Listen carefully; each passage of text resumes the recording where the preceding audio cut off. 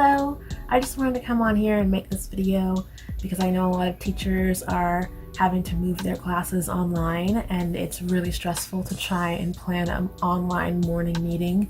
But for my school and district, we're using something similar to Zoom, so we can upload a PowerPoint and you can show your students your PowerPoint as you're going through it.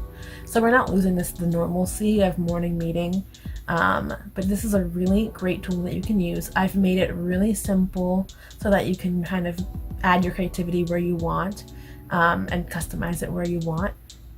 There will be a download in the description if you want just to download mine.